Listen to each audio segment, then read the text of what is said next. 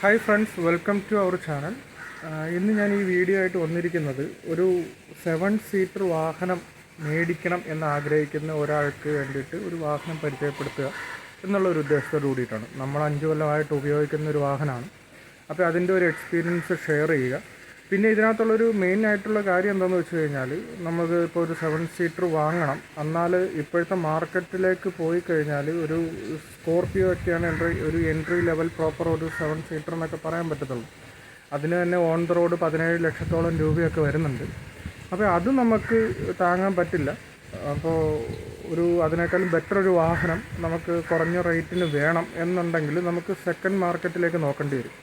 അപ്പോൾ ആ ഒരു സെക്കൻഡ് മാർക്കറ്റിൽ വാഹനങ്ങൾ സെർച്ച് ചെയ്യുന്നവർക്ക് വേണ്ടിയിട്ടാണ് ഈ ഒരു വീഡിയോ ചെയ്യുന്നത്. അത് ഞാൻ പറഞ്ഞു വരുന്നത് ഒരു എർട്ടിക അല്ലെങ്കിൽ കാരൻസ് പോലുള്ള ഒരു ചെറിയ സെഗ്മെൻ്റ് അല്ല പറഞ്ഞു വരുന്നത്. ഒരു പ്രോപ്പർ 7 സീറ്റർ എന്ന് പറയുന്ന ഒരു ഫുൾ സൈസിലേക്ക് വരുന്ന ഒരു വാഹനത്തിൻ്റെ ഒരു സെഗ്മെൻ്റാണ് പറയുന്നത്. ആ ഒരു സെഗ്മെൻറ്റ് നോക്കിക്കഴിഞ്ഞാൽ എല്ലാവരും ആദ്യമേ തന്നെ ചിന്തിക്കുക ഇന്നോവ എന്ന് പറയുന്ന ഒരു വാഹനത്തെക്കുറിച്ചായിരിക്കും. അപ്പോൾ ഇന്ന് ഞാൻ പറയാൻ പോകുന്നത് ടാറ്റ ഹെക്സ എന്ന വാഹനത്തെക്കുറിച്ചാണ്.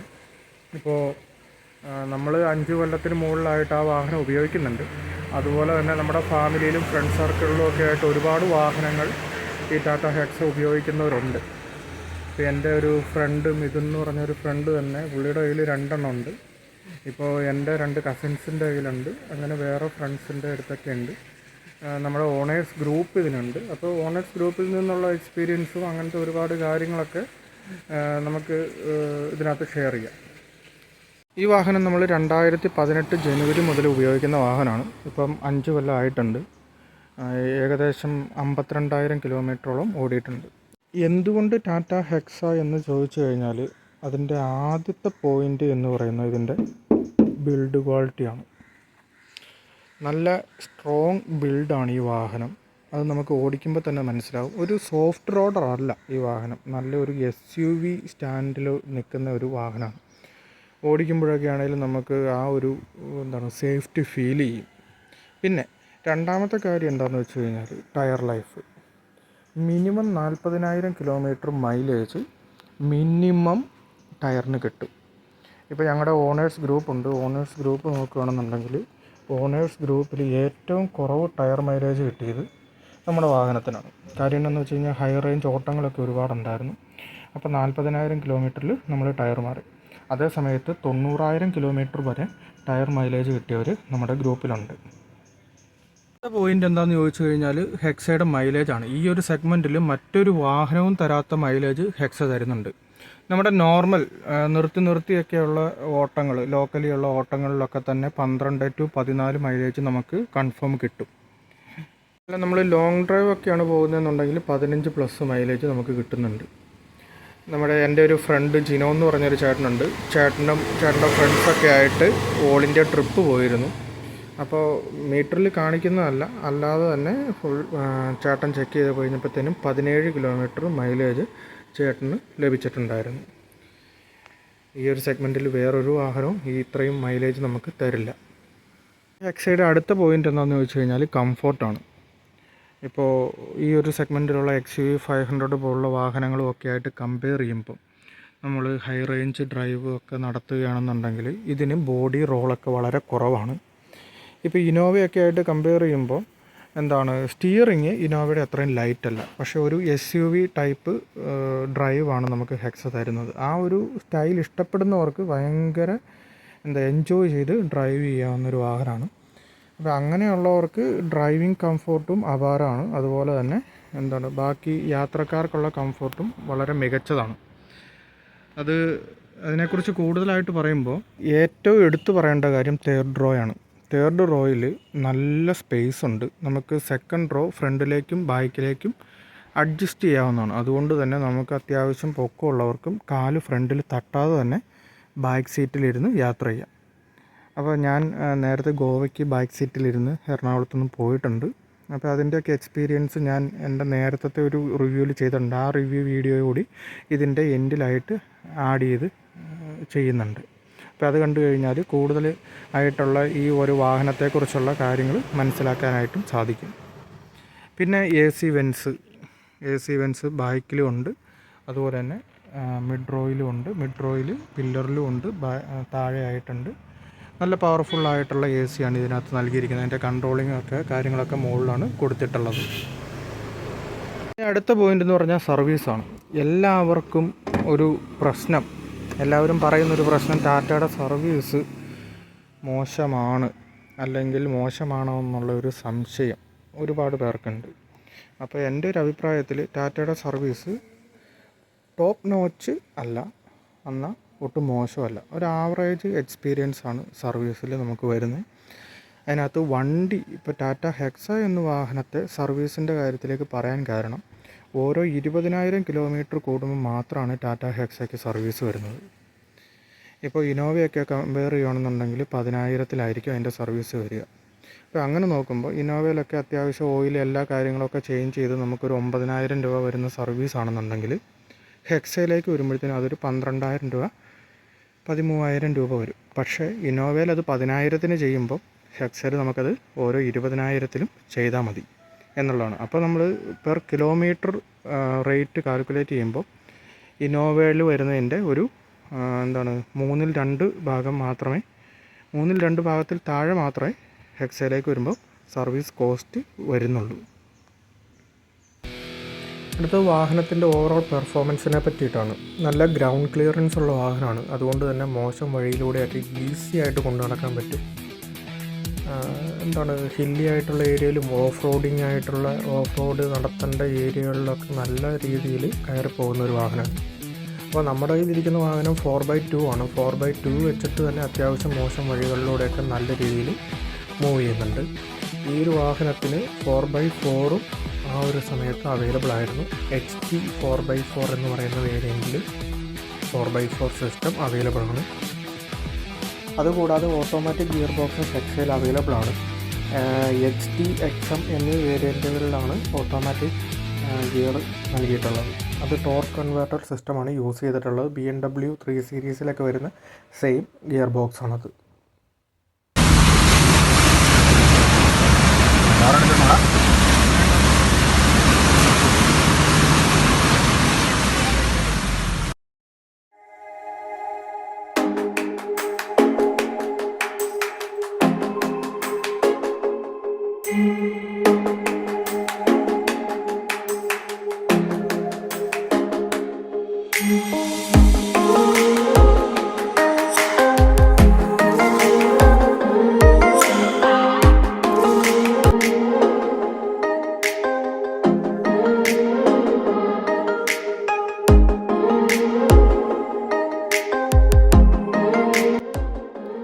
ഹെക്സയുടെ XM, XM പ്ലസ്, HT എന്നീ വേരിയൻസിലൊക്കെ നമുക്ക് പല ഡ്രൈവിംഗ് മോഡ്സ് അവൈലബിൾ ആണ്.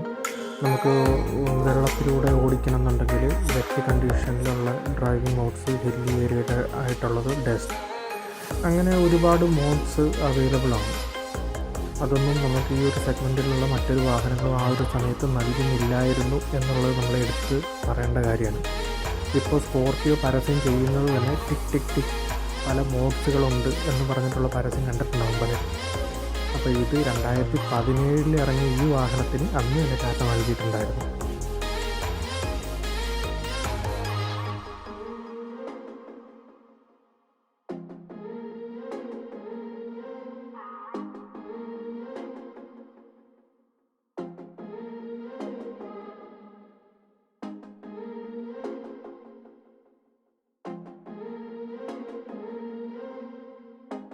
ഇനി ഏറ്റവും അവസാനമായിട്ട് എന്തുകൊണ്ട് ഒരു സെക്കൻഡ് ഹാൻഡ് വണ്ടി 7 സീറ്റർ നോക്കുന്ന ഒരു ഹെക്സ എടുക്കണം?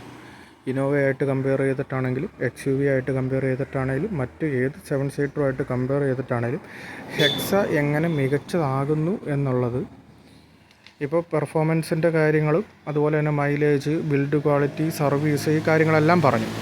ഇനി ലാസ്റ്റ് വരുന്ന ഒരു പോയിൻ്റ് എന്താണെന്ന് വെച്ച് കഴിഞ്ഞാൽ, നമ്മളിപ്പോൾ ഒരു സെക്കൻഡ് വാഹനം നോക്കി പോവുകയാണെന്നുണ്ടെങ്കിൽ, ഒരു ഇന്നോവ ക്രിസ്റ്റ നോക്കി പോവുകയാണെന്നുണ്ടെങ്കിൽ നമ്മൾ മിനിമം ഒരു 14 ലക്ഷം രൂപയെങ്കിലും കൊടുക്കണം ഒരു വാഹനം കിട്ടണമെന്നുണ്ടെങ്കിൽ. അപ്പോൾ ആ ഒരു വാഹനം അന്ന് ഇറങ്ങിയപ്പോൾ 18 ലക്ഷം രൂപ മുതൽ 29 ലക്ഷം രൂപ വരെ എന്തോ ആയിരുന്നു ഓൺ ദ റോഡ് റേറ്റ് വരുന്നത്. അതേ സമയത്ത് ഹെക്സ ഇറങ്ങിയപ്പോൾ 13 ലക്ഷം രൂപ മുതൽ 22 ലക്ഷം രൂപ വരെയായിരുന്നു ഹെക്സയുടെ വിലയുണ്ടായിരുന്നത്. ഇപ്പോൾ അതുകൊണ്ട് തന്നെ സെക്കൻഡ് മാർക്കറ്റ് നോക്കുകയാണെന്നുണ്ടെങ്കിൽ നമുക്കൊരു 9 ലക്ഷം രൂപ മുതൽ 9-9.5 ലക്ഷം രൂപ കൊടുത്തു കഴിഞ്ഞാൽ നല്ല ഒരു ഹെക്സ വാങ്ങാനായിട്ട് സാധിക്കും. അതായത് ഒരു 14 ലക്ഷം രൂപ 16 ലക്ഷം രൂപ മുടക്കേണ്ട സ്ഥാനത്ത് ഇന്നോവ ക്രിസ്റ്റയ്ക്ക് മുടക്കേണ്ട സ്ഥാനത്ത് അതിനേക്കാളും നമുക്കൊരു 6-7 ലക്ഷം രൂപ കുറച്ച് ഒരു ഹെക്സ അതിനേക്കാളും കൂടുതൽ ഫീച്ചേഴ്സും കംഫോർട്ടും മൈലേജും ഒക്കെ തരുന്ന ഹെക്സ എന്ന വാഹനം നമുക്ക് സ്വന്തമാക്കാനായിട്ട് സാധിക്കും എന്നുള്ളതാണ് ഇതിൻ്റെ ഏറ്റവും വലിയ ഒരു പോയിൻ്റ്. പൊതുവെ എല്ലാവർക്കും ഉള്ളൊരു സംശയമാണ്, ടാറ്റ ഹെക്സ നിലവിൽ പ്രൊഡക്ഷനിലില്ല, അപ്പോൾ ഇതിൻ്റെ പാർട്സൊക്കെ കിട്ടുമോ എന്നുള്ളത്. ഒരു പേടിയും വേണ്ട, ഇപ്പോൾ എല്ലാ പാർട്സും അവൈലബിൾ ആണ്. നമുക്ക് ഇപ്പോൾ മാർക്കറ്റിൽ ലൈവായിട്ട് നിൽക്കുന്ന വാഹനങ്ങൾ പോലെ എല്ലാ പാർട്സും ചിലപ്പോൾ റെഡി സ്റ്റോക്ക് ഉണ്ടാകണമെന്നില്ല. പക്ഷെ നമുക്ക് എന്തെങ്കിലും ഒരു കംപ്ലയിൻ്റ് ഉണ്ട്, ഒരു പാർട്ട് റിമൂവ് ചെയ്യണം, റീപ്ലേസ് ചെയ്യണം എന്നുണ്ടെങ്കിൽ അവരത് ഓർഡർ ചെയ്ത് വരുത്തി നമുക്ക് തരും. അതുകൊണ്ട് പാർട്സ് അവൈലബിലിറ്റി ഒരു പ്രശ്നമല്ല. പിന്നെ അതുപോലെ ഞാൻ 9 ലക്ഷം രൂപ മുതൽ ഹെക്സ അവൈലബിൾ ആണെന്ന് പറഞ്ഞപ്പം ചിലവർക്കെങ്കിലും തോന്നിയിട്ടുണ്ടാവും അതിനേക്കാളും കുറഞ്ഞ റേറ്റിന് ഹെക്സ കിട്ടാനുണ്ടല്ലോ എന്ന്. ശരിയാണ്, ഹെക്സ കിട്ടാനുണ്ട്. അതർ സ്റ്റേറ്റിൽ നിന്നൊക്കെ വരുന്ന വാഹനങ്ങൾ വളരെ ചീപ്പായിട്ട് കിട്ടാനുണ്ട്. ഇപ്പോൾ ബാംഗ്ലൂരിൽ നിന്നുമൊക്കെ ഈ സൂം കാർ അതുപോലെ തന്നെ ടാക്സി ആയിട്ടൊക്കെ ഓടിക്കൊണ്ടിരുന്ന ഹെക്സയൊക്കെ നിസാര വിലക്ക് ബൾക്കായിട്ട് എടുത്തിട്ട് കേരളത്തിൽ കൊണ്ടുവന്ന് മറിച്ച് വിൽക്കുന്നുണ്ടായിരുന്നു ഒരു സമയത്ത്. അപ്പോൾ അങ്ങനെയുള്ള വണ്ടികളൊക്കെ ഒരു 6 ലക്ഷം രൂപ തൊട്ട് അതിന് മുകളിലേക്ക് അവൈലബിൾ ആണ്. അപ്പോൾ അങ്ങനെയുള്ള വണ്ടികൾ എടുക്കുന്നതിൽ യാതൊരു തെറ്റുമില്ല. അപ്പോൾ അതൊക്കെ ഒന്ന് സർവീസ് ഹിസ്റ്ററിയും കാര്യങ്ങളൊക്കെ നോക്കിയിട്ട് പ്രോപ്പറായിട്ട് മെയിൻറ്റെയിൻ ചെയ്തിട്ടുണ്ടോ എന്നൊക്കെ നോക്കി എടുക്കുകയാണെന്നുണ്ടെങ്കിൽ നല്ലൊരു ഓപ്ഷൻ തന്നെയാണ്. അതല്ല നമ്മുടെ ട്രൂ ആയിട്ടുള്ള ഒരു കേരള രജിസ്ട്രേഷൻ വാഹനം നോക്കണമെന്നുണ്ടെങ്കിൽ 9-9.5 ലക്ഷം രൂപയൊക്കെ കൊടുത്തു കഴിഞ്ഞാൽ ബേസ് വേരിയൻറ്റ് ഹെക്സ നമുക്ക് കിട്ടും. പിന്നെ അതിന് മുകളിലേക്ക് കൂടുതൽ ഫീച്ചേഴ്സ് ഉള്ളത് നോക്കി പോകുകയാണെന്നുണ്ടെങ്കിൽ കുറച്ചും കൂടി ഒരു എമൗണ്ട് വ്യത്യാസത്തിൽ നമുക്ക് നല്ല രീതിയിൽ ഹെക്സ നമുക്ക് വാങ്ങാനായിട്ട് സാധിക്കും. ലാസ്റ്റ് ഈ വണ്ടി വാങ്ങുമ്പോൾ ഇതിൻ്റെ വില എന്ന് പറയുന്നത് ഓൺ റോഡ് 13 ലക്ഷം രൂപയായിരുന്നു. കൂടുതൽ വീഡിയോയിലേക്ക് കടക്കുന്നതിന് മുമ്പ് ഇതുവരെ ഈ ചാനൽ സബ്സ്ക്രൈബ് ചെയ്യാത്തവരുണ്ടെങ്കിൽ സബ്സ്ക്രൈബ് ചെയ്യുക. ആദ്യമായി നമുക്ക് ഹെക്സയുടെ ഫ്രണ്ട് പോർഷൻ എങ്ങനെയുണ്ടെന്ന് നോക്കാം. വളരെ ബോൾഡ് ആയിട്ടുള്ള ഒരു ലുക്കാണ് ഹെക്സയ്ക്ക് ടാറ്റ നൽകിയിരിക്കുന്നത്. ഈ വാഹനം ബേസ് വേരിയൻ്റ് ആയിരുന്നത് കൊണ്ട് തന്നെ ഡേ ടൈം റണ്ണിങ് ലൈറ്റോട് കൂടിയിട്ടുള്ള ഫോഗ് ലാമ്പ് ഇതിൽ അവൈലബിൾ ആയിരുന്നില്ല. നമ്മളത് ഷോറൂമിൽ നിന്നും അഡീഷണൽ പൈസ കൊടുത്ത് ചെയ്യിപ്പിക്കുകയാണ് ചെയ്തത്. അത് HT മോഡലിൽ, അതായത് ടോപ്പ് എൻഡ് വേരിയൻറ്റിൽ വരുന്നതിന് സമമായിട്ടുള്ള ഫോഗ് ലാമ്പാണ്. ഫോഗ് ലാമ്പിൻ്റെ ഡിസൈനിനെ കുറിച്ച് പറയുകയാണെന്നുണ്ടെങ്കിൽ വളരെ ഭംഗിയുള്ളതും വളരെ യൂസ്ഫുള്ളായ രീതിയിലും ഡിസൈൻ ചെയ്തിരിക്കുന്ന ഒരു ഫോഗ് ലാമ്പാണ്. ആ ഒരു ഫോഗ് ലാമ്പിന് തൊട്ട് മുകളിലായി ഡേ ടൈം റണ്ണിങ് ലൈറ്റിംഗ് കാണാം. നമ്മുടെ കാലാവസ്ഥയ്ക്ക് അനുയോജ്യമായിട്ടുള്ള യെല്ലോ ലൈറ്റാണ് ഫോഗ് ലാമ്പിന് നൽകിയിരിക്കുന്നത്. വളരെ മനോഹരമായ രീതിയിലാണ് ഹെഡ് ലാമ്പും ഡിസൈൻ ചെയ്തിരിക്കുന്നത്. ഒരു പ്രൊജക്റ്റഡ് യൂണിറ്റും ഒരു നോർമൽ ടൈപ്പും ആണ് നൽകിയിരിക്കുന്നത്. അതിനകത്ത് പ്രൊജക്റ്റഡ് യൂണിറ്റ് ആയിട്ട് വരുന്നത് ലോ ബീമും ഹൈ ബീം ഹാലജനുമാണ്. ഇവിടെയും നമുക്ക് യെല്ലോ കളറിലുള്ള ലൈറ്റാണ് നൽകിയിരിക്കുന്നത്. അതുകൊണ്ട് തന്നെ ഹൈ റേഞ്ച് മേഖലയിലൊക്കെ വണ്ടി ഓടിക്കുമ്പോൾ ഒരുപാട് യൂസ്ഫുൾ ആണ്. അതുപോലെ തന്നെ വളരെ മനോഹരമായിട്ടുള്ള ഒരു സ്മൈലിംഗ് ഗ്രില്ലാണ് ഫ്രണ്ടിൽ നൽകിയിരിക്കുന്നത്. അതിന് നടുവിലായി ടാറ്റയുടെ എംബ്ലവും. ഇനി നമുക്ക് ഹെക്സയുടെ സൈഡ് വ്യൂ എങ്ങനെയുണ്ടെന്ന് നോക്കാം. വളരെയേറെ ലെങ്ത് തോന്നിക്കുന്ന ഒരു വാഹനമാണ് ഹെക്സ. തോന്നിക്കുക മാത്രമല്ല, ഉള്ളിൽ കയറി കഴിയുമ്പോൾ നമുക്കതിൻ്റെ സ്പേസ് അനുഭവിച്ചറിയുകയും ചെയ്യാം. വളരെ മനോഹരമായിട്ട് തന്നെ സൈഡും ഡിസൈൻ ചെയ്തിട്ടുണ്ട്. വീലാർച്ചുകൾ വണ്ടിക്ക് ഒരു റഫ് ആൻഡ് ടഫ് ലുക്ക് സമ്മാനിക്കുന്നു. പില്ലറിന് താഴെയായി വരിക്കോർ എന്ന് പറയുന്ന ബാഡ്ജിങ് കാണാം. അത് സൂചിപ്പിക്കുന്നത് വണ്ടിയുടെ എഞ്ചിനെയാണ്. ബേസ് വേരിയൻറ്റിൽ മാത്രം നൽകിയിരിക്കുന്ന വരിക്കോർ 320 എഞ്ചിനും ബാക്കി എല്ലാ വേരിയൻറ്റുകളിലും നൽകിയിരിക്കുന്ന വരിക്കോർ 400 എഞ്ചിനുകളുമാണ്. 320, 400 എന്നൊക്കെ പറയുന്നത് എഞ്ചിൻ്റെ ടോർക്കിനെയാണ് സൂചിപ്പിക്കുന്നത്. HC, HM വേരിയൻറ്റുകളിലെല്ലാം 16 ഇഞ്ച് ടയറുകളാണ് ഹെക്സയിൽ നൽകിയിരിക്കുന്നത്. ഏകദേശം 45,000 കിലോമീറ്ററിനും 60,000 കിലോമീറ്ററിനും ഇടയ്ക്ക് ടയർ ലൈഫ് കിട്ടുന്നുമുണ്ട്. അതുപോലെ തന്നെ ഫ്രണ്ടിലും ബാക്കിലും ഡിസ്ക് ബ്രേക്ക് നൽകിയിരിക്കുന്നു. വളരെ വലിയ ഇലക്ട്രിക്കലി അഡ്ജസ്റ്റബിൾ സൈഡ് വ്യൂ മിററുകളാണ് ഹെക്സയിൽ നൽകിയിരിക്കുന്നത്. അതിൽ തന്നെ ടേൺ ഇൻഡിക്കേറ്റേഴ്സും ഉൾപ്പെടുത്തിയിട്ടുണ്ട്. ഡോറുകൾക്ക് താഴെയായി വളരെ വലുപ്പത്തിലുള്ള പ്ലാസ്റ്റിക് ഗ്ലാഡിങ്ങുകളും നമുക്ക് കാണാം. ഇതുള്ളത് കൊണ്ട് തന്നെ ഡോറ് തുറക്കുന്ന സമയത്ത് എവിടെയെങ്കിലും പോയി തട്ടിയാലും പെയിൻറ്റ് പോകില്ല. ഇവിടെ സൈഡിൽ ത്രൂ ഔട്ട് ഒരു ക്രോമിയം സ്ട്രിപ്പും നമുക്ക് കാണാവുന്നതാണ്. അതുപോലെ തന്നെ സി പില്ലറിൽ ഒരു ഹെക്സ ബാഡ്ജിങ്ങും ക്രോമിയത്തിൽ കൊടുത്തിരിക്കുന്നു. അതുകൂടാതെ തന്നെ 3 റോയിലും വിശാലമായിട്ടുള്ള ഒരു വിൻഡോ സ്പേസ് ആണ് ഹെക്സയിൽ നമുക്ക് കിട്ടുന്നത്. ഇനി നമുക്ക് ഹെക്സയുടെ റിയർ വ്യൂ എങ്ങനെയുണ്ടെന്ന് നോക്കാം. ഹെക്സയുടെ ഫ്രണ്ട് വ്യൂവിനെ കുറിച്ചും സൈഡ് വ്യൂവിനെ കുറിച്ചൊക്കെ നമ്മൾ പറഞ്ഞു. അപ്പോൾ അതിൻ്റെ അത്രയും ഒരു ഭംഗി അങ്ങോട്ട് ബൈക്ക് വ്യൂവിനില്ല എന്നൊരു തോന്നൽ എനിക്ക് വന്നിട്ടുണ്ട്. എന്നിരുന്നാലും അത്യാവശ്യം നല്ല രീതിയിൽ തന്നെ ബൈക്കും ഡിസൈൻ ചെയ്തിട്ടുണ്ട്. സ്റ്റെപ്പിനി ടയർ ഇവിടെ ഡിക്കിക്ക് താഴെയായിട്ടാണ് പ്ലേസ് ചെയ്തിരിക്കുന്നത്. അതുപോലെ തന്നെ ഡ്യുവൽ എക്സോസ്റ്റ് പൈപ്സ് ആണ് ഇവിടെ വരുന്നത്. അത് വളരെ ഭംഗിയുള്ള ഒരു ഘടകമാണ്. മനോഹരമായിട്ടുള്ള ഒരു ടെയിൽ ലാമ്പ് തന്നെയാണ് ഹെക്സയിൽ നൽകിയിരിക്കുന്നത്. ഇൻഡിക്കേറ്റർ ലൈറ്റ് ഒഴികെ ബാക്കി എല്ലാ ഘടകങ്ങളും LED ആണ്. ഇതുകൂടാതെ റൂഫ് ടെയിൽ ലാമ്പും നൽകിയിട്ടുണ്ട്. ബേസ് വേരിയൻ്റ് ഒഴികെ ബാക്കി എല്ലാ വേരിയൻറ്റിലും ബൈക്കിൽ വൈപ്പറും ഡീഫോഗറും നൽകിയിട്ടുണ്ട്. റൈറ്റ് എക്സോസ്റ്റ് പൈപ്പിന് മുകളിലായിട്ടാണ് ബൈക്കിലെ ഫോഗ് ലാമ്പ് നൽകിയിരിക്കുന്നത്. ഇടത് സൈഡിലായി റിവേഴ്സ് ലൈറ്റും കാണാം. ഇനി നമുക്ക് ഹെക്സയുടെ ഇൻറ്റീരിയർ എങ്ങനെയുണ്ടെന്ന് നോക്കാം. വളരെ ബോൾഡായിട്ടുള്ള ഒരു ഡിസൈനാണ് ഇൻറ്റീരിയറിൽ നൽകിയിരിക്കുന്നത്. നല്ല ക്വാളിറ്റിയുള്ള മെറ്റീരിയൽസാണ് എല്ലായിടത്തും യൂസ് ചെയ്തിരിക്കുന്നത്. പലയിടത്തും യൂസ് ചെയ്തിരിക്കുന്ന മെറ്റീരിയൽ സോഫ്റ്റ് ടച്ച് കൂടിയാണ്. ഡ്രൈവർ സൈഡ് ഡോറിലാണ് മിററിൻ്റെ കൺട്രോൾസ് നൽകിയിരിക്കുന്നത്. ഇൻറ്റീരിയർ മൊത്തത്തിലൊരു ഡാർക്ക് കളർ ആയതുകൊണ്ട് തന്നെ പെട്ടെന്ന് വണ്ടി മുഷിയുമെന്ന പേടിയും വേണ്ട. രണ്ടാം നിരയിലേക്ക് എത്തുമ്പോൾ അവിടെ എടുത്തു പറയേണ്ട ഒരു കാര്യമാണ് 2 ഡോറുകളിലും സൺബ്ലൈൻഡ്സ് നൽകിയിട്ടുണ്ട് എന്നുള്ളത്.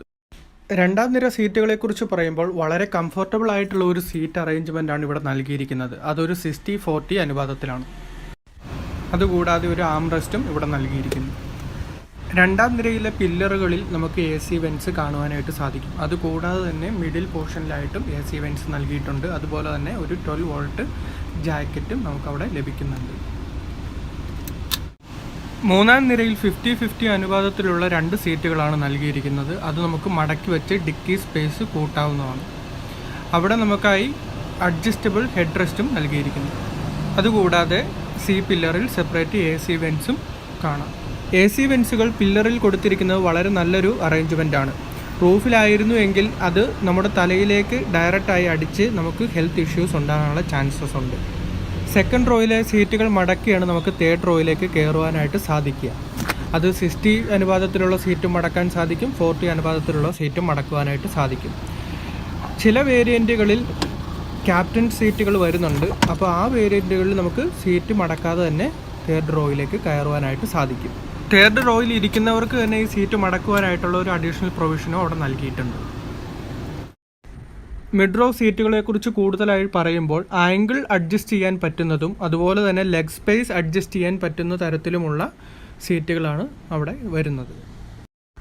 ആദ്യം നമുക്ക് സെക്കൻഡ് റോയിലെ സീറ്റിംഗ് കംഫർട്ട് എങ്ങനെയുണ്ട് എന്ന് നോക്കാം. സെക്കൻഡ് റോയിലെ സ്പേസിലേക്ക് വരുമ്പം ഇപ്പോൾ ഫ്രണ്ടിലത്തെ സീറ്റ് എൻ്റെ ഹൈറ്റിന് അഡ്ജസ്റ്റ് ചെയ്തിട്ടുണ്ട്. അതുപോലെ തന്നെ ബാക്കിൽ സെൻട്രൽ സീറ്റ് എന്ന് പറയുന്നത് മാക്സിമം ഫ്രണ്ടിലേക്ക് നീക്കിയാണ് ഇട്ടിരിക്കുന്നത്. എന്നിട്ട് പോലും എനിക്ക് നല്ല രീതിയിലുള്ള ഒരു സ്പേസ് ഇവിടെ കിട്ടുന്നുണ്ട്. അതുകൂടാതെ ഹെഡ് റൂമിൻ്റെ കേസിലേക്ക് വരുമ്പോഴും വളരെ നല്ലൊരു ഹെഡ് റൂമാണ് ഇവിടെ കിട്ടുന്നത്. 7 സീറ്റർ വണ്ടികളിലെ ഏറ്റവും കൂടുതൽ ആൾക്കാർക്ക് അറിയാൻ താല്പര്യമുള്ളത് ലാസ്റ്റ് റോ സീറ്റുകളിലെ കംഫർട്ടിനെ കുറിച്ചായിരിക്കും. ഇനി നമുക്ക് ലാസ്റ്റ് റോയിലെ കംഫർട്ട് എങ്ങനെയുണ്ടെന്ന് നോക്കാം. ഇവിടെ നോക്കിക്കഴിഞ്ഞാൽ നിങ്ങൾക്ക് മനസ്സിലാവും എൻ്റെ കാല് കുറച്ച് ഹൈറ്റിലാണ് ഇപ്പോൾ ഇരിക്കുന്നത്. എന്നാൽ പോലും ഫ്രണ്ടിലത്തെ സീറ്റിൽ തട്ടാതെ തന്നെ എനിക്ക് നന്നായിട്ട് ഇരിക്കാനായിട്ട് സാധിക്കുന്നുണ്ട്. ഈ സെഗ്മെൻറ്റിലുള്ള വേറൊരു വണ്ടിക്കും കിട്ടാത്ത ഒരു സ്പെഷ്യാലിറ്റിയാണിത്. തേർഡ് റോയിലെ ഹെഡ് റൂമിലേക്ക് വരുമ്പോൾ ജസ്റ്റ് സഫീഷ്യൻ്റ് ആയിട്ടുള്ള ഒരു ഹെഡ് റൂമാണ് എനിക്ക് വരുന്നത്. അതായത് വലിയ പൊക്കമുള്ള ആൾക്കാർക്ക് ജസ്റ്റ് സഫീഷ്യൻ്റ്. ഇപ്പോൾ ഇതൊന്ന് ടച്ച് ചെയ്തില്ല എന്നുള്ള രീതിയിലാണ് ഇവിടെ നമുക്കൊരു ഗ്യാപ്പ് കിട്ടുന്നത്. എന്ന് വിചാരിച്ചിട്ട് യാതൊരു തരത്തിലുള്ള പ്രശ്നവും ഇല്ല.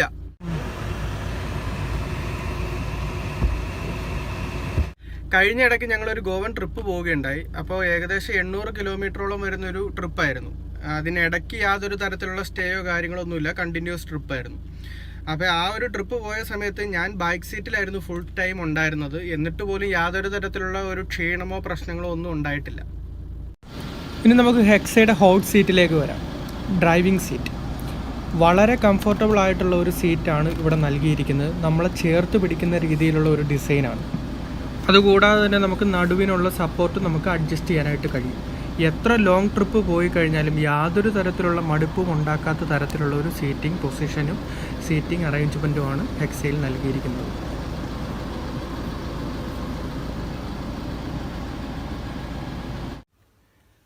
മാക്സിമം ഹൈറ്റിലാണ് ഞാൻ ഡ്രൈവിംഗ് സീറ്റ് അഡ്ജസ്റ്റ് ചെയ്തിരിക്കുന്നത്. എന്നിട്ട് പോലും എനിക്ക് നല്ല രീതിയിലുള്ള ഒരു ഹെഡ് റൂം ഹെക്സയിൽ കിട്ടുന്നുണ്ട്. ഇപ്പോൾ എൻ്റെ ഹൈറ്റ് പറയുകയാണെന്നുണ്ടെങ്കിൽ 6 feet ആണ്. 2 അനലോഗ് മീറ്ററുകൾക്കിടയിലായി ഒരു ഡിജിറ്റൽ ഡിസ്പ്ലേ വരുന്ന രീതിയിലാണ് ഹെക്സയുടെ ഇൻസ്ട്രുമെൻറ്റ് ക്ലസ്റ്റർ അറേഞ്ച് ചെയ്തിരിക്കുന്നത്. ഈ ഒരു ഡിജിറ്റൽ ഡിസ്പ്ലേയിൽ നമുക്ക് ഫ്യൂവൽ കപ്പാസിറ്റി, അതുപോലെ തന്നെ trip A, B, gear indications എന്നീ കാര്യങ്ങൾ അറിയാൻ പറ്റും. ഇതുകൂടാതെ കൂടിയ വേരിയൻസിലേക്ക് വരുമ്പോഴത്തേനും ഡ്രൈവിംഗ് മോഡ്സിൻ്റെ ഡീറ്റെയിൽസും അവിടെ തന്നെ നമുക്കറിയാം. ഡിജിറ്റൽ ഡിസ്പ്ലേയുടെ കൺട്രോൾ ഫുൾ നൽകിയിരിക്കുന്നത് സ്റ്റിയറിങ്ങിന് റൈറ്റായി നൽകിയിരിക്കുന്ന ലിവറിലാണ്. ഇത് വെറൈറ്റി ആയിട്ടുള്ള ഒരു യൂസ്ഫുൾ അറേഞ്ച്മെൻ്റ് ആണ്. ഈ വണ്ടി ഉപയോഗിച്ചതിന് ശേഷം മറ്റൊരു വണ്ടി ഉപയോഗിക്കുമ്പോൾ ഈ ഒരു കംഫോർട്ട് കിട്ടാത്തത് കൊണ്ട് തന്നെ വളരെ ബുദ്ധിമുട്ട് ഫീൽ ചെയ്യാറുണ്ട്. ഹെഡ്ലൈറ്റിൻ്റെ കൺട്രോൾസ് ഒരു റോട്ടറി സ്വിച്ചിലാണ് നൽകിയിരിക്കുന്നത്. അത് റൊട്ടേറ്റ് ചെയ്യുന്നതിനനുസരിച്ച് തന്നെ നമ്മുടെ പാർക്ക് തെളിയും. അതിനുശേഷം ഒന്നുകൂടി റൊട്ടേറ്റ് ചെയ്ത് കഴിഞ്ഞാൽ മെയിൻ ഹെഡ്ലൈറ്റും തെളിയും. അതുപോലെ തന്നെ ആ ഒരു സ്വിച്ച് പുറകിലേക്ക് 2 തവണയായി വലിക്കാം. ആദ്യത്തെ തവണ വലിക്കുമ്പോൾ ഫ്രണ്ടിലത്തെ ഫോഗ് ലാമ്പും, രണ്ടാമത് ഒന്നുകൂടി വലിക്കുമ്പോൾ ബാക്കിലത്തെ ഫോഗ് ലാമ്പും തെളിയും. അതിന് മുകളിലായി ഹെഡ്ലൈറ്റിൻ്റെ ഹൈറ്റ് അഡ്ജസ്റ്റ് ചെയ്യാനുള്ള സ്വിച്ചും, അതുപോലെ തന്നെ ഇൻസ്ട്രുമെൻറ്റ് ക്ലസ്റ്ററിൻ്റെയും മ്യൂസിക് സിസ്റ്റത്തിൻ്റെയും ബ്രൈറ്റ്നസ് അഡ്ജസ്റ്റ് ചെയ്യാനുള്ള സ്വിച്ചുമാണ് കൊടുത്തിരിക്കുന്നത്. അത് റൊട്ടേറ്റ് ചെയ്യുന്നതിനനുസരിച്ചിട്ട് നമ്മുടെ ഇൻസ്ട്രുമെൻറ്റ് ക്ലസ്റ്ററിൻ്റെയും മ്യൂസിക് സിസ്റ്റത്തിൻ്റെ ഡിസ്പ്ലേയുടെയും ബ്രൈറ്റ്നസ് അഡ്ജസ്റ്റ് ചെയ്യാവുന്നതാണ്. പവർഫുൾ ആയിട്ടുള്ള ഒരു AC ആണ് ഹെക്സയിൽ നൽകിയിരിക്കുന്നത്. വളരെ ഫാസ്റ്റായിട്ട് തന്നെ കൂളാകാനായിട്ട് അത് ഹെൽപ്പ് ചെയ്യുന്നു. ടോപ്പ് വേരിയൻസിലേക്ക് എത്തുമ്പോൾ ഓട്ടോമാറ്റിക് ക്ലൈമറ്റ് കൺട്രോളും അവൈലബിൾ ആണ്. ഈ വേരിയൻറ്റിൽ റോട്ടറി സ്വിച്ചസ് ആണ് കൺട്രോൾസിനായിട്ട് നൽകിയിരിക്കുന്നത്. ഹീറ്ററും നൽകിയിട്ടുണ്ട്. വളരെ മനോഹരമായിട്ടാണ് AC വെൻറ്റ്സ് അറേഞ്ച് ചെയ്തിരിക്കുന്നത്. വണ്ടിയിലുള്ള എല്ലാ AC വെൻറ്റ്സും ഇൻഡിവിജ്വലി ക്ലോസ് ചെയ്യാനുള്ള പ്രൊവിഷനും നൽകിയിട്ടുണ്ട്. സെൻട്രൽ AC വെൻറ്റിൻ്റെ താഴെയായി ഹാർമൺ ഗാർഡൻ്റെ മ്യൂസിക് സിസ്റ്റം നൽകിയിരിക്കുന്നു. ലോ വേരിയൻ്റ് ആയതുകൊണ്ട് തന്നെ ടച്ച് സ്ക്രീൻ അവൈലബിൾ അല്ല. ഹൈ എൻഡുകളിൽ ടച്ച് സ്ക്രീൻ നൽകിയിട്ടുണ്ട്. അതിന് താഴെയായിട്ട് ഒരു കീ നൽകിയിട്ടുണ്ട്. ആ ഒരു കീ യൂസ് ചെയ്തുകൊണ്ടാണ് വണ്ടി അൺലോക്ക് ചെയ്യുന്നതും ലോക്ക് ചെയ്യുന്നത്. ഫസ്റ്റ് റോയ്ക്ക് മുകളിലായിട്ട് ഒരു ഇൻഡിക്കേഷൻ നൽകിയിട്ടുണ്ട്. പാസഞ്ചർ എയർ ബാഗ് ഓൺ ആണോ ഓഫ് ആണോ എന്നുള്ളത് നമുക്ക് അവിടെ നിന്നും അറിയാൻ കഴിയും. അതിൻ്റെ മുമ്പിലായിട്ട് നമ്മുടെ ഇൻറ്റീരിയർ ലൈറ്റും നൽകിയിരിക്കുന്നു. വളരെ വലിയ സൺവൈസറാണ് വണ്ടിയിൽ നൽകിയിരിക്കുന്നത്. അതിൻ്റെ ലെങ്ത് കൂട്ടുവാനും നമുക്ക് സാധിക്കും. പാസഞ്ചർ സൈഡിലെ സൺവൈസറിൽ അഡീഷണൽ ആയിട്ടൊരു മിററും നൽകിയിട്ടുണ്ട്. സെക്കൻഡ് റോയുടെ മുകളിലായിട്ടാണ് പില്ലറിലുള്ള AC വെൻറ്റുകളുടെ കൺട്രോൾസ് നൽകിയിരിക്കുന്നത്. അതിനോട് ചേർന്ന് തന്നെ ഇൻറ്റീരിയർ ലൈറ്റും നൽകിയിരിക്കുന്നു. ഇവിടെ നമുക്ക് 3 ഡിഫറൻറ്റ് ബ്ലോവർ സ്പീഡും സെലക്ട് ചെയ്യാൻ കഴിയും.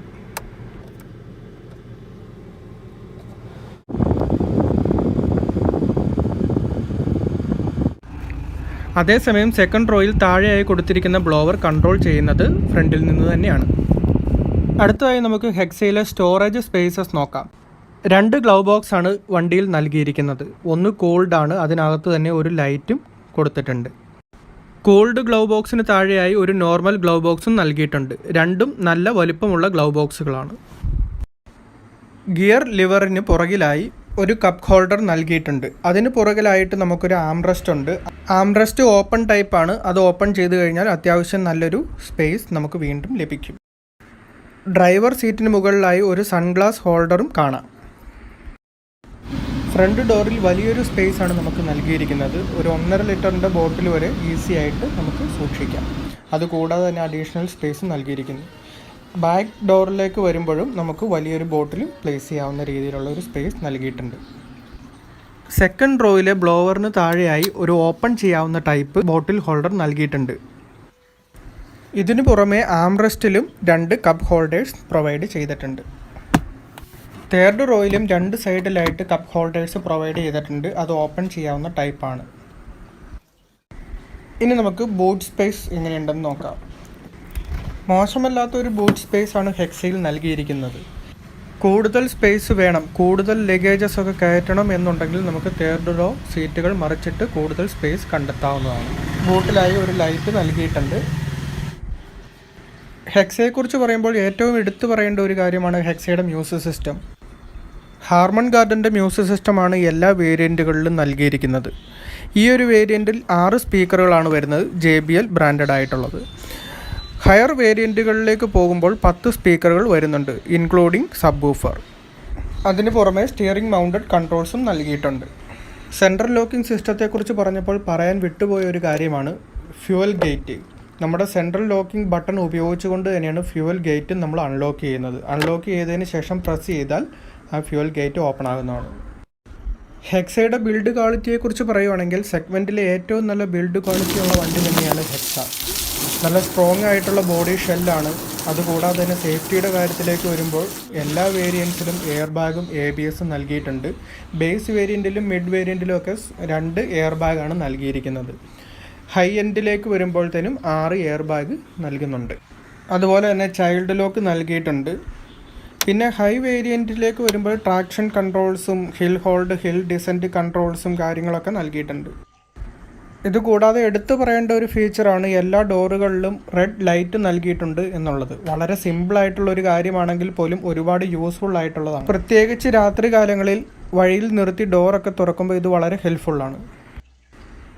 9th ജനറേഷൻ ABS ആണ് ഹെക്സയിൽ യൂസ് ചെയ്തിരിക്കുന്നത്. വളരെ എഫക്റ്റീവ് ആയിട്ടുള്ള ഒരു സിസ്റ്റമാണിത്. അടുത്തതായി നമുക്ക് ഹെക്സയുടെ എൻജിൻ ഡീറ്റെയിൽസ് നോക്കാം. ബേസ് വേരിയൻറ്റിൽ വെരിക്കോർ 320 എഞ്ചിനാണ് വരുന്നത്. അവിടെ 320 Nm ടോർക്കും 150 PS പവറുമാണ് ലഭിക്കുക. ബാക്കി എല്ലാ വേരിയൻറ്റുകളിലും വെരിക്കോർ 400 എഞ്ചിനാണ് വരുന്നത്. 400 Nm ടോർക്കും 156 PS പവറും ലഭിക്കും. വളരെ ഹെവി ആയിട്ടുള്ളൊരു ബോണറ്റാണ് ഹെക്സയുടേത്. അതുകൊണ്ട് തന്നെ അത് ഓപ്പൺ ചെയ്യുക എന്ന് പറഞ്ഞാൽ കുറച്ച് ഡിഫിക്കൽട്ടാണ്. അതുകൊണ്ട് തന്നെ ഇവിടെ ഒരു ന്യൂമാറ്റിക് സിസ്റ്റം നമ്മുടെ സപ്പോർട്ടിനായിട്ട് നൽകിയിട്ടുണ്ട്. ജസ്റ്റ് ലോക്ക് ഓപ്പൺ ചെയ്ത് വിട്ട് കഴിഞ്ഞാൽ മാത്രം മതി, തന്നെ ബോണറ്റ് ഓപ്പൺ ആയിക്കോളൂ. ഇനി നമുക്ക് എൻജിൻ ഒന്ന് സ്റ്റാർട്ട് ചെയ്ത് നോക്കാം.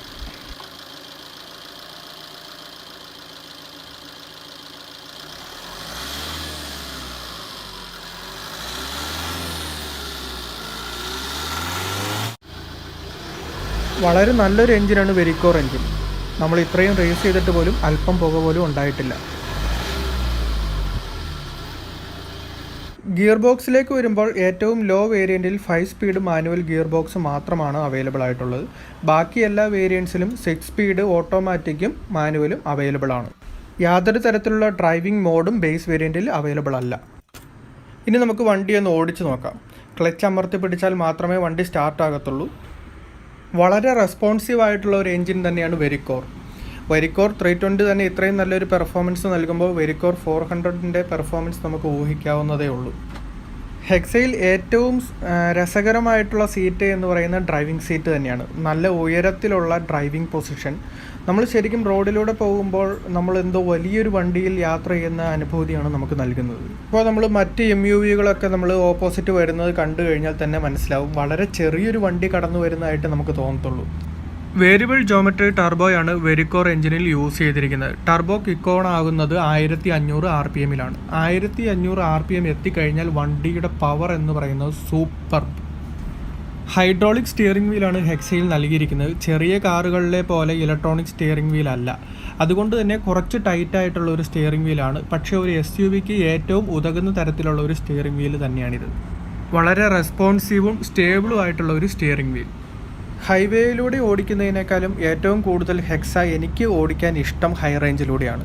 കാരണം വളവും തിരിവുമുള്ള വഴികളിലൂടെ നമ്മൾ എത്ര വീശി എടുത്തു കഴിഞ്ഞാലും വണ്ടിയുടെ സ്റ്റെബിലിറ്റി നഷ്ടപ്പെടില്ല. നല്ലൊരു പെർഫോമൻസ് ആണ് വണ്ടി കാഴ്ചവെക്കുന്നത്.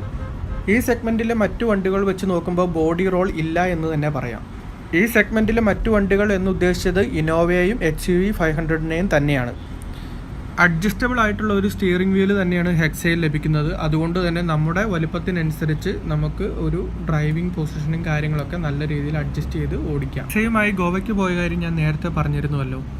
അന്ന് പോയ സമയത്ത് കാസർഗോഡൊക്കെ ചെന്നപ്പോൾ വളരെ മോശം റോഡായിരുന്നു. എന്നിട്ട് പോലും യാതൊരു ബുദ്ധിമുട്ടും ആർക്കും ഉണ്ടായിട്ടില്ല. അപ്പോൾ തന്നെ നിങ്ങൾക്ക് മനസ്സിലാക്കാവുന്നതേ ഉള്ളൂ ഇതിൻ്റെ സസ്പെൻഷൻ്റെ എഫിഷ്യൻസി. ഹയർ വേരിയൻറ്റുകളിൽ 4x4 അവൈലബിൾ ആണ്. പക്ഷേ ഈ ഒരു വേരിയൻറ്റ് 4x2 ആണ്. എന്നിരുന്നാലും അത്യാവശ്യം ഓഫ് റോഡൊക്കെ പോകാനായിട്ട് ഈ വണ്ടി കേപ്പബിൾ ആണ്. മൈലേജിനെ കുറിച്ച് പറയുമ്പോൾ ക്ലാസ് ലീഡിംഗ് മൈലേജ് നൽകുന്ന ഒരു വാഹനമാണ് ഹെക്സ. ആവറേജ് 12 മുതൽ 14 വരെ കിലോമീറ്റർ മൈലേജ് ലഭിക്കുന്നുണ്ട്. ലോങ് ഡ്രൈവിൽ 15 മുകളിലും ലഭിക്കുന്നു. എനിക്ക് മാക്സിമം 18 കിലോമീറ്റർ വരെ മൈലേജ് ലഭിച്ചിട്ടുണ്ട്. ഹൈ റേഞ്ചിന് പോകുന്ന സമയത്ത് പോലും 10 കിലോമീറ്ററിൽ താഴെ മൈലേജ് പോയിട്ടില്ല. മീറ്റർ കൺസോളിൽ കാണിക്കുന്ന മൈലേജും ആക്ച്വലി നമുക്ക് കിട്ടുന്ന മൈലേജും തമ്മിൽ 1.5 കിലോമീറ്ററിൻ്റെ ഡിഫറൻസ് മാത്രമേ വരാറുള്ളൂ. നല്ല മൈലേജുള്ള, നല്ല പെർഫോമൻസ് നൽകുന്ന, അത്യാവശ്യം ഓഫ് റോഡൊക്കെ പോകാൻ ഒരു വലിയ വണ്ടി വേണം, ഒരു 7 സീറ്റർ വാഹനം വേണം എന്ന് ആഗ്രഹിക്കുന്ന ഒരാൾക്ക് വിശ്വസിച്ച് വാങ്ങാവുന്ന ഒരു വാഹനമാണ് ടാറ്റ ഹെക്സ. വെരിക്കോർ എൻജിൻ എന്ന് പറയുന്നത് റിലയബിൾ ആയിട്ടുള്ള ഒരു എൻജിൻ തന്നെയാണ്. കാരണം 2013 ലോഞ്ച് ചെയ്ത ടാറ്റ സഫാരി സ്റ്റോമിൽ യൂസ് ചെയ്യുന്ന എൻജിൻ്റെ വകഭേദമാണ് വെരിക്കോർ 400. ടെക്നീഷ്യന്മാരോട് അന്വേഷിച്ചു കഴിഞ്ഞപ്പോൾ മിനിമം 3 ലക്ഷം കിലോമീറ്ററെങ്കിലും എൻജിൻ ലൈഫ് ലഭിക്കും എന്നാണ് അവർ അവകാശപ്പെടുന്നത്. അതുമാത്രവുമല്ല, 1.5 കൊല്ലം ഇന്ത്യൻ ആർമി ടെസ്റ്റ് ചെയ്ത് സെലക്ട് ചെയ്ത വണ്ടിയാണ് സഫാരി സ്റ്റോം. സഫാരി സ്റ്റോമിൽ വരുന്ന അതേ ചേസും എൻജിനും തന്നെയാണ് നമ്മുടെ ഹെക്സയിലും വരുന്നത്.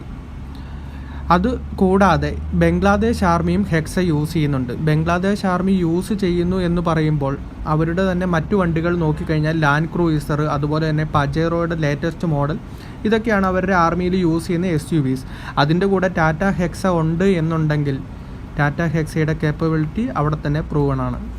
ഹെക്സയുടെ സർവീസിൻ്റെ കാര്യത്തിലേക്ക് വരുമ്പോൾ ഓരോ 20,000 കിലോമീറ്റർ കൂടുമ്പോൾ മാത്രമാണ് സർവീസ് വരുന്നത്. ഈ സെഗ്മെൻറ്റിലെ മറ്റു വണ്ടികൾക്ക് 10,000-നും 15,000-നും ഒക്കെയാണ് സർവീസ് വരുന്നത്. അതുമല്ല, ഇതിൻ്റെ സർവീസ് റേറ്റും നോർമൽ ഒരു റേറ്റാണ്. ടാറ്റ ഹെക്സ എടുക്കുവാൻ ആഗ്രഹിക്കുന്നവർക്ക് ആകെയുള്ളൊരു പ്രോബ്ലം എന്ന് പറഞ്ഞാൽ BS4 വണ്ടികളുടെ പ്രൊഡക്ഷൻ ടാറ്റ നിർത്തിയിരിക്കുകയാണ്. BS6 ടാറ്റ ഹെക്സ 2020 ലാസ്റ്റോട് കൂടിയോ അല്ലെങ്കിൽ 2021 ലോഞ്ച് ആകത്തുള്ളൂ. അതല്ല, ഇനിയൊരു സെക്കൻഡ് ഹാൻഡ് ഹെക്സ മതി എന്ന് വിചാരിക്കുന്നവരാണെങ്കിൽ വിശ്വസിച്ച് പോയി വാങ്ങാവുന്ന ഒരു വണ്ടി തന്നെയാണ് ടാറ്റ ഹെക്സ.